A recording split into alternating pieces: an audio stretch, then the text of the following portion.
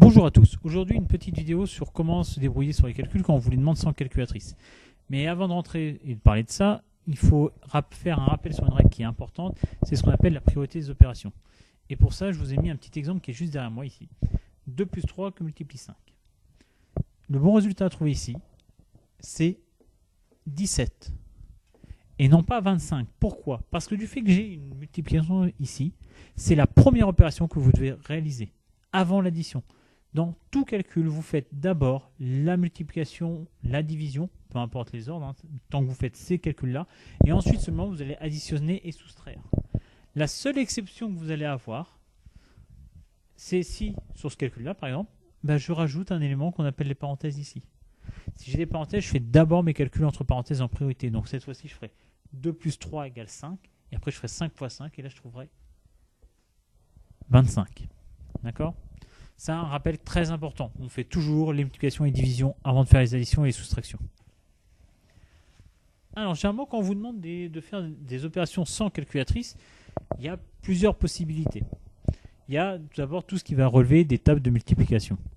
Exemple, si on vous met 54 divisé par 6. Vous devez savoir, là, il faut connaître, c'est votre multiplication. Et là, vous dites, ok, divisé par 6. 6 que multiplier quel nombre va me donner 54. Et bien si vous connaissez vos tables, si vous les maîtrisez, plus exactement, vous serez capable de dire oui, ça fait 9. Pas de problème. Donc dites-vous que si on vous demande des calculs sans calculatrice, et vous avez une division comme ça, c'est que c'est dans une table de multiplication. D'accord ? Il y a un petit piège, une petite exception sur laquelle on peut décider de vous embêter, c'est si on vous met une multiplication de ce genre-là. 15 que multiplie 0,1. Ce n'est pas une table de multiplication, on est d'accord. Par contre, là, il faut savoir que multiplier par 0,1, c'est exactement la même chose que si je faisais 15 divisé par 10. Et de ce coup-là, 15 divisé par 10, une division par 10, c'est simple. Quand vous avez un nombre entier, c'est-à-dire que la virgule qui est ici, qui n'est pas écrite, vous la décalez d'un rang sur la gauche. Donc ici, ma réponse, c'est 1,5. Voilà. Je vous dis, soit c'est dans une table de multiplication, soit vous allez avoir un calcul comme ça avec généralement 0,1, voire 0,01. S'il y a double 0, c'est pas 10, ça devient 100. C'est une division par 100. Mais à part ça, il n'y a pas de piège. Ensuite, autre possibilité, c'est de vous demander, non pas de faire un calcul précis, mais d'estimer si votre résultat sera plus grand, plus petit ou égal à 0.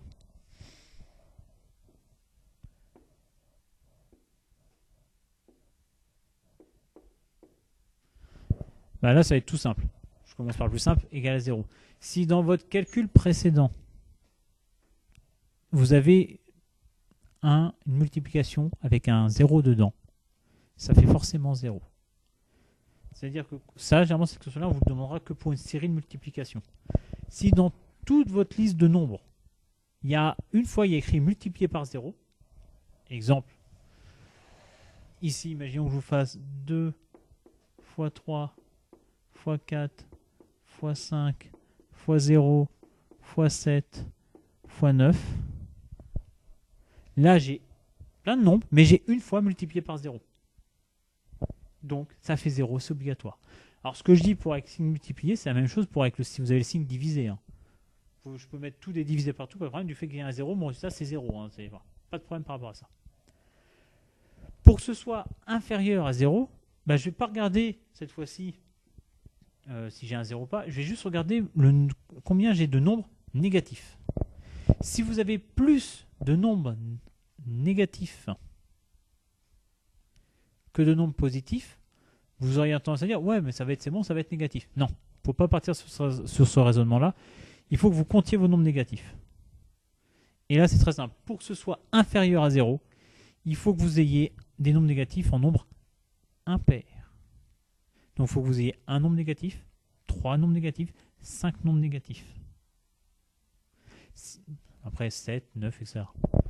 Une fois que si vous êtes sûr d'avoir ça, pas de problème. Si j'ai 3 nombres négatifs, je sais que mon résultat sera forcément inférieur à 0. Exemple, moins 1 que multiplie 2, que multiplie moins 3, que multiplie moins 4, que multiplie 5, est divisé par 8. Je regarde, j'ai un nombre négatif, moins 1, 2, un deuxième, moins 3, un troisième, moins 4. Donc on va dire que, hop, j'ai bien donc un nombre impair de nombres négatifs. Mon résultat sera donc inférieur à 0, c'est sûr et certain. Dernier cas, supérieur à 0, bah là, ça revient à ça, sauf qu'au lieu que ce soit des nombres impairs, il suffit que mes nombres négatifs soient en nombre pair. Et là, pas de problème. Un exemple, 8 que multiplie moins 9, que multiplie moins 11, que multiplie moins 2, que multiplie moins 3.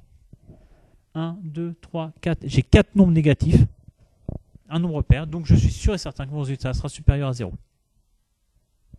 Voilà, c'est pas plus compliqué que ça.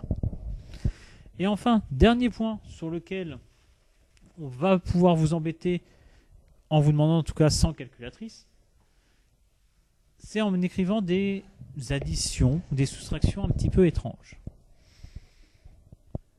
Moins 13, plus 5, plus 7, plus 3, plus 13, moins 5. Exemple. Un calcul comme ça. Là, avant de vous lancer, dire oui, je vais tout additionner, tout ça. Non, non, non. Il y a quelque chose de beaucoup plus simple. Vous allez regrouper les nombres qui sont identiques mais qui ont des signes opposés. C'est-à-dire qu'ici, j'ai moins 13, mais je vois qu'un peu plus loin, j'ai plus 13. J'ai plus 5, ici, et à la fin, ici, j'ai moins 5. Et après, il me reste juste plus 7 et plus 3. Bah, moins 13 plus 13, bah, c'est pratique, ça fait 0. Donc ça me fait 0. 5 plus 5 et moins 5, bah pareil, ça fait 0. Donc là, je viens de me supprimer 4 nombres d'un coup. Il ne me reste plus que ces deux-là, bah, j'additionne 7 plus 3, c'est un calcul de niveau primaire, ça fait 10.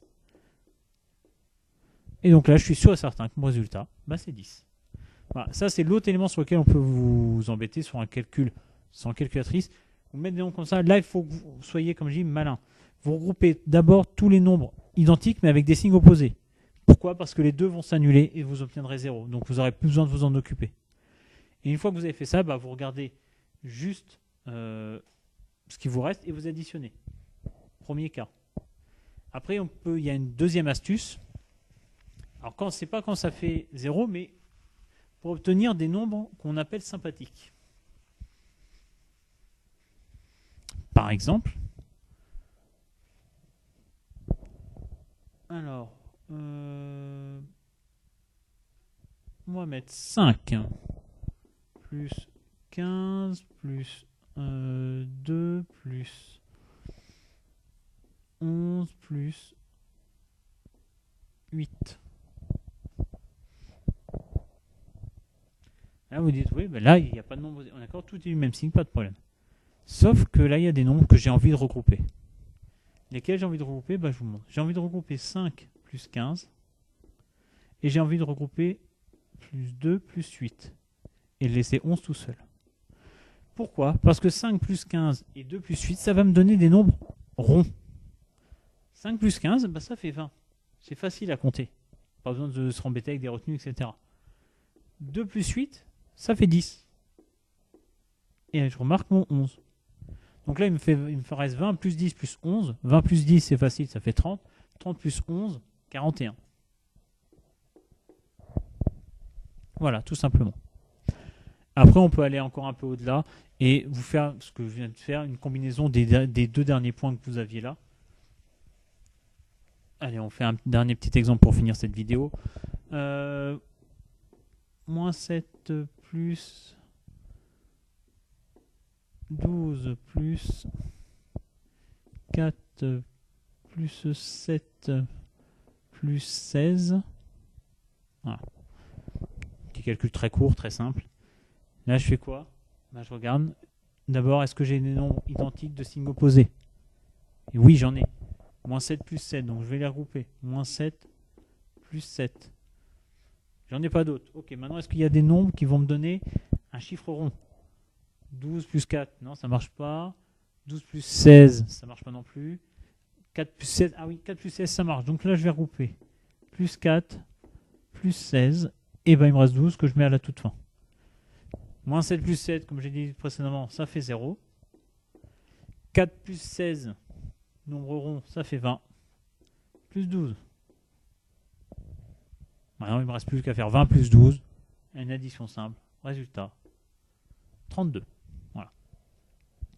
Je pense qu'avec, si vous maîtrisez tous les petits points que je viens de vous dire, vous saurez vous débrouiller pour faire du calcul sans calculatrice. Et là, vous avez l'ensemble. Hein. Après, bien sûr, on peut pousser beaucoup plus loin, mais ça, c'est vraiment les connaissances de base que vous devez avoir. Si vous avez ça, vous arriverez toujours à vous en sortir. En tout cas, je vous remercie d'avoir regardé cette vidéo et je vous dis à très bientôt pour une nouvelle vidéo.